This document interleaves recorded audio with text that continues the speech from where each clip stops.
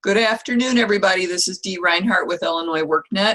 We are using our new Zoom webinar platform today, and I'm hoping that everything looks okay and that everything comes out in the recording all right, but we'll get notes out to everybody in a few minutes after the webinar, as soon as I have time to take care of all of that. So we're going to start out. Everybody is muted. I can open up microphones and phones and that kind of stuff. So if you've got a burning question, please type it into the chat pod and we will try to get your questions answered if you happen to be on a phone or a microphone. Again, we don't have the same polling capabilities that we had before, so we need to type into the chat pod your name and what agency you are with. And all right, so now I'm going to try and figure out how to get my screen to share because it's stopped sharing.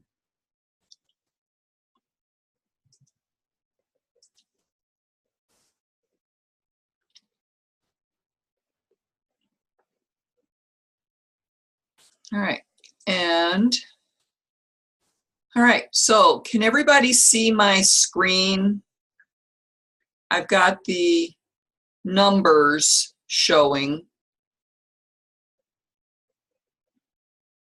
Can somebody just let me know in the chat pod? Okay, good. Thank you, Jeremy.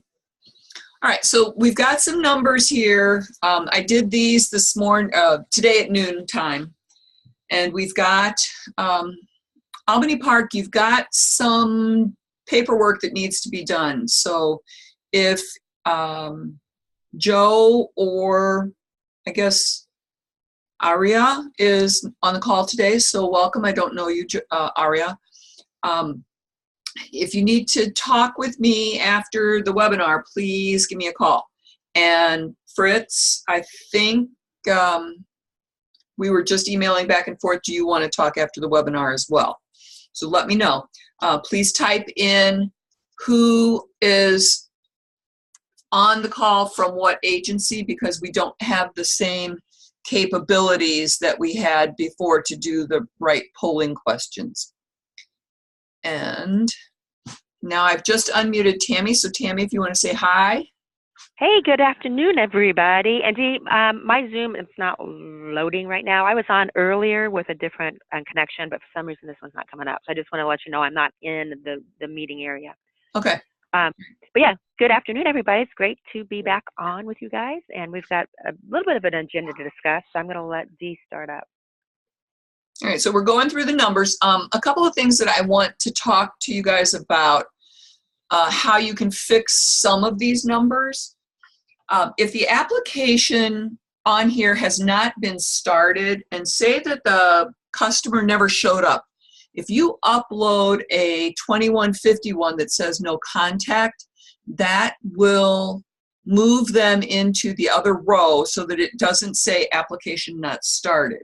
It would also take care of some of those 2151s past due. And then when it comes to the enrollment required, the customer has to have had their application completed prior to you being able to enroll them. So if you've got some numbers in this enrollment required and you're looking at them going, but I can't enroll them, if they did not ever complete their application, you won't be able to enroll them. If that's the case and they've never come back after that initial appointment, upload a 2151 that says referral rejected, and that will help with the with this column, the enrollment required. We've only got a few people that have some 2151As past due. And I've been on the phone with Springfield Urban League already about this. Eric, do you hear me, or do you not, or do you need to talk?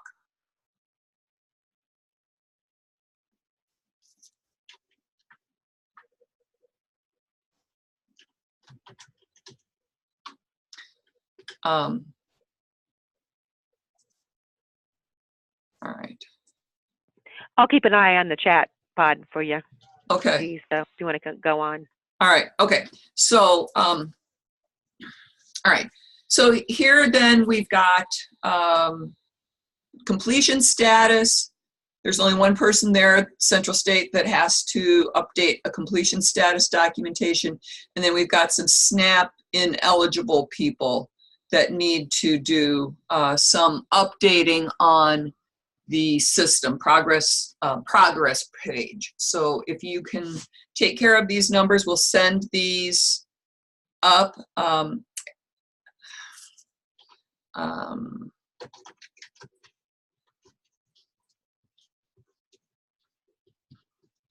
right. Okay, I will move on. I'm feeling a little discombobulated with this new system because I don't know how to fix some of these people's problems here. Okay, now we've had several updates come about. So what I want to do is I want to show you on the updates page what we've been doing.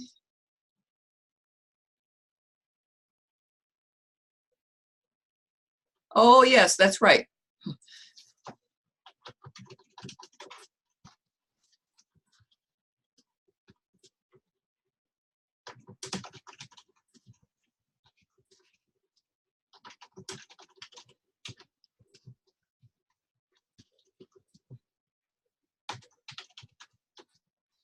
All right, so on the updates, we've been doing a lot of things with the control group to make some updates work there.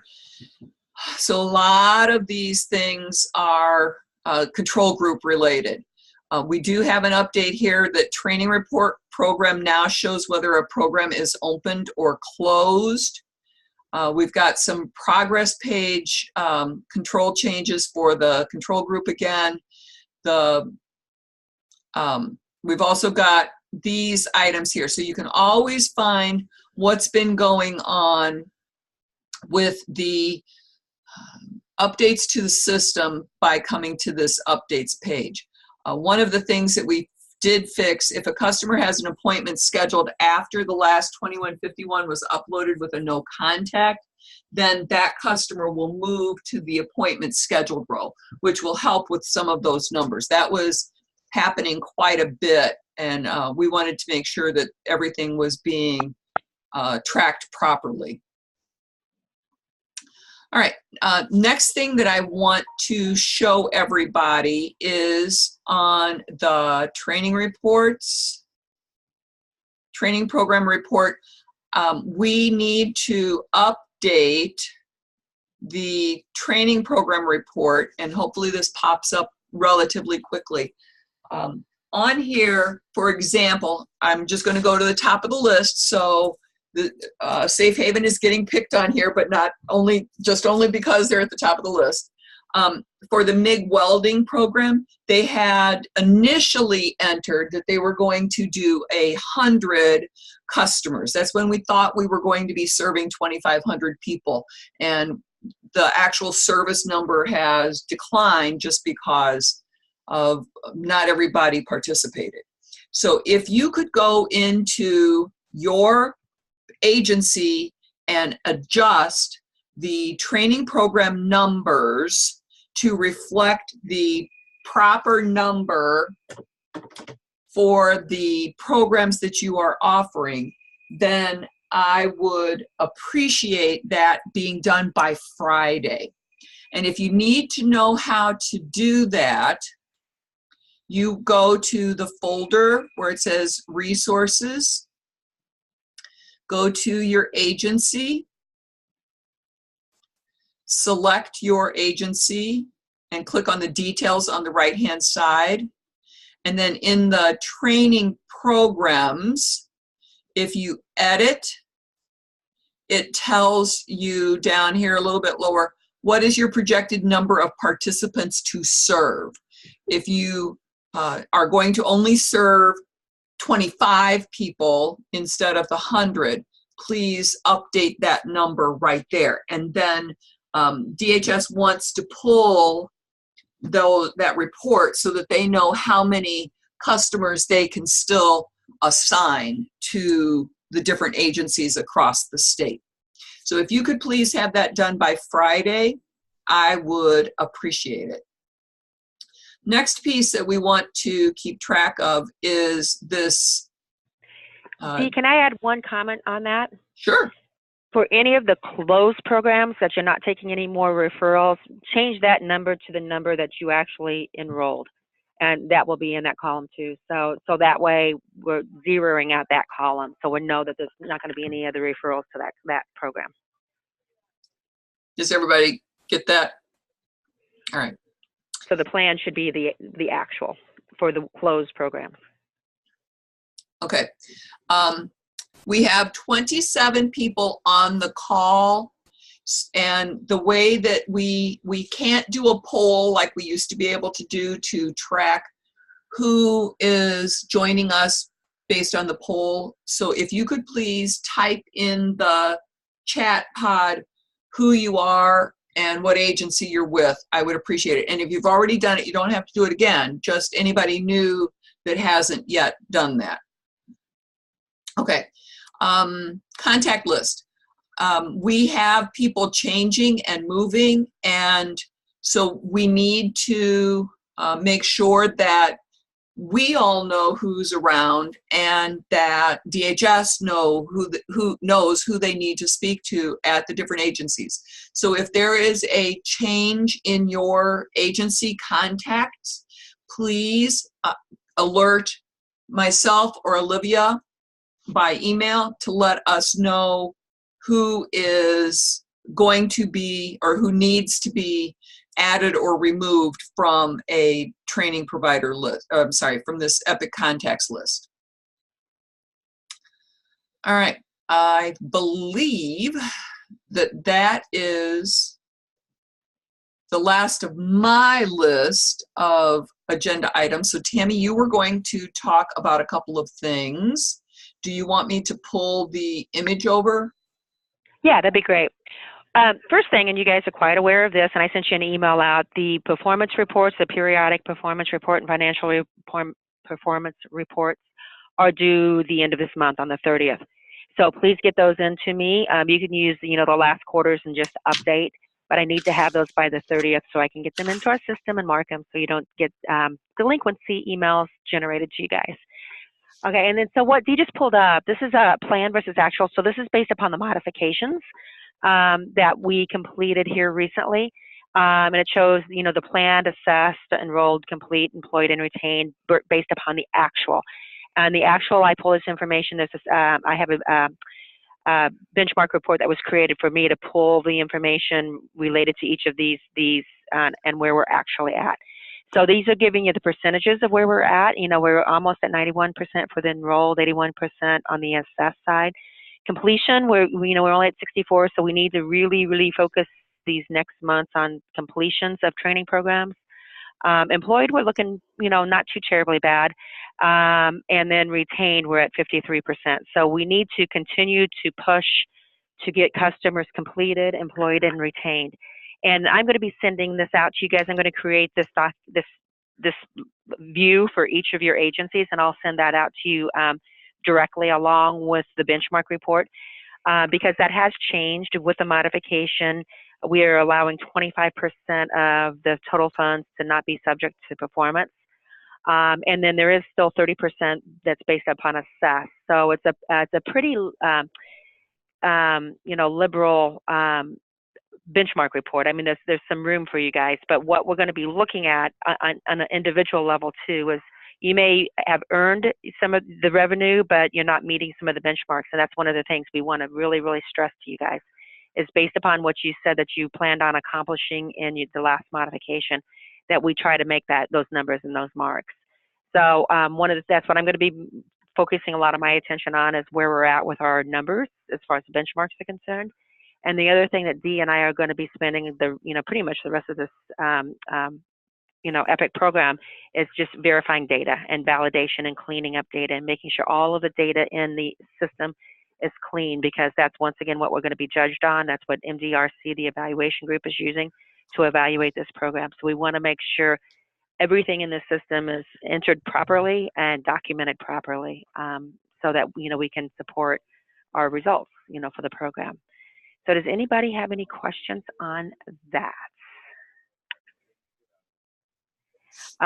Like I said, the only other thing that's critical is the report that's due. And I thanks everybody. I do know that Kelly's been working with you guys, who's with the evaluation team on the cost data studies. I think we're just missing maybe one or two, but we're pretty much up to date now. There's going to be another round coming out. So if you can, make sure that you're timely with that. And please submit those to me, because I'm going to they've asked me to do an evaluation on some certain things in that before I send them into the uploaded system that I have to put them in for the evaluation team to review. So once you receive that next round, please make sure you get it to me, on the due date, so that we can do our review and then we can get them to the evaluation team. Judith said that the end of the month is the 31st. Is there a reason why you want them on the 30th? That's when they're due in the report deliverable schedule. So if you're one day late, it's not going to be the end of the earth. But the thing that we have to keep in mind is, on my end, let me see, the 30th is a Tuesday. I only have 5 days, and that includes weekends, to get them uploaded into eGrants. So, the later that you guys are submitting them to us, that puts me later in getting them up. So basically after 5 days, if the reports aren't loaded in our eGrant system as at least received, then you guys get an automatic email that says you have a delinquent report. So, but it's based upon what's in the report deliverable schedule. All right. Again, we don't have the poll to let you check in, and I can't always tell who's on the call by phone numbers. So if you could please type in who you are and what agency you're with, if you have not already done that. I do have 27 people on the call. Tammy and I are 2 of those, so I should have 25 people checking into the chat pod. Okay, and then Tammy, the last item on our agenda is about staff training. Oh, yes, thanks for mentioning that. We're really late in the game, I know, with EPIC, and we've wanted to provide training for you guys all along. There's been, delays on that on, multiple sides. But we're still planning on doing some training. So, with time permitting, it may be in January when we get this done, but we still feel there's value added to you guys to have this, moving forward with other programs too. So a bid's being put together, and, we're looking at a couple potential, hopefully, providers. So I just want to let you know that, and this is going to be something that is, looking at some other types of training concepts that I know our WIOA system is looking at, which is the family-focused training concept. And so that's one of the things that we're definitely interested in bringing to you guys. So I just want to let you know, it may be January, but we still have the intentions of bringing some good quality training on all aspects of, assessing, motivating, career pathways, developing programs, working with a family-focused center model, and that type of training. Kelsey. And then we're probably gonna we're planning on probably in February having a closeout. And is that what we were meeting with everybody? When will we know about the closeout process? And I see that we'll have a meeting with everybody in January on some day, just to kind of sit around and discuss, what we learned, the good, the bad, and the ugly of this project. Provide any information on closing out. Basically, the closeout process is going to be similar to any other grants you've had with us.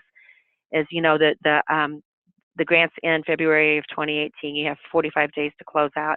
Within that 45 days, I still want you to be reporting any deliverables, especially what I want you to be reporting is any retention that you earn within that 45 days. But the what you really need to be focusing on is finishing your training programs, soon. No later than probably January, because you need to work on employment with these customers. So by the end of February, you need to have everybody placed that you possibly can that's gone through your program. And then the retention, like I said, we can go out through the closeout process, and then you can report that through that. And Kelsey, one of the things that we were going to do in September until I had gotten sidelined was we were going to establish that process that you're asking about. So in November, Tammy and Olivia and I will be discussing, okay, what do we need you to do? What timeline do we have for it? And that's when we're going to get you that information as soon as we have it all established. Correct. I'm sorry, But I can't be more specific than that. Yeah, then they are your customers through the end of February. Your grant is with us through the end of February, so they're still your customers, and you're still working with them through the end of February. Once our grants are done, that's going to be a whole transition process too with DHS, because Epic is no longer going to be operating. So, and they still have to serve SNAP recipients. So if they're falling off from you guys' programs, and they're going to be realigned with a regular SNAP ENT. But the whole point of this is to get the training done, get them placed in employment, and try and get the retention within that 45 days. And then hopefully they'll, stay. But I know that there's going to be fallout. So when there is fallout, and once the grants are closed, then they're going to have to transition to other DHS programs that are offered. And Kelsey, we're going to find out about the staffing for February. As long as the customer is still active, you can provide supportive services through February of 2019. But that staffing for February is going to be one of the things that we're going to have to set up in our plan.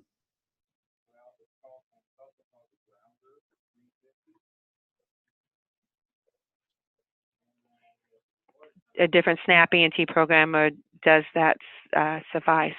So once Epic is done, it's going to be business as usual for everybody. So if they're enrolled in WIOA, then you guys are going to serve them under WIOA, and you're going to do what you normally do with them. What's going to happen on the SNAP ENT, and like I said, I'm going to have to verify this on their side, but with the SNAP side, they're going to have to verify that this customer is in a training program. But you at this point, once you're done with Epic, unless you have another contract, a SNAP ENT contract with DHS, then your relationship is kind of, dissolves, I would say, at that point. Because, once they go to a regular SNAP ENT program, they're going to go to a provider, and that provider will be responsible for following up with those customers. And that's one of the things, and we just had a conversation with our evaluation and with FNS on Monday. Because once Epic's done, even though it could potentially skew some of the evaluation stuff, and they're looking at that, they still have to serve customers. So if they work through your program, you do great, you get them employed, and maybe they don't make retention in March, they go back into DHS, and then they are referred to just a regular SNAP ENT program. But in WIOA, if you put them in a WIOA program, then you're monitoring them on that side, making sure that they're doing what they need to do on the WIOA side, and they're successful. And then what they need to do is communicate with a DHS local office, and then they'll verify that they are in a training program. And as far as maintaining their benefits, Kelsey, it's going to be up to them to do their redeterminations and make sure that they're providing their worksheet every month of their 80 hours a month. The training aspect will be different, and just because you're not reporting for them. The challenge will become if the waiver is lifted and everybody has to do participation, which I haven't heard anything else as to whether or not the waiver is being rescinded or not. I don't know if anybody else in DHS knows that either. And that would just basically mean there's a much larger pool of individuals that have to be engaged in work or training. Right. All right. Does anybody else have any other questions? I need to schedule with North Lawndale and Springfield Urban League. I need to schedule a call with each of you following up. And if there's anybody else that needs to talk with me about their paperwork, according to the numbers, I need to talk to somebody at Albany Park, but I only see Aria on the call, so I don't see Joe on the call. So I need to talk to somebody from there. All right. I will be in touch with all of you. We'll get notes out as soon as we can. And everybody have a great rest of your day. Thanks, everybody. And it's great having Dee back. I'm so excited. Take care. Have a wonderful afternoon. Bye.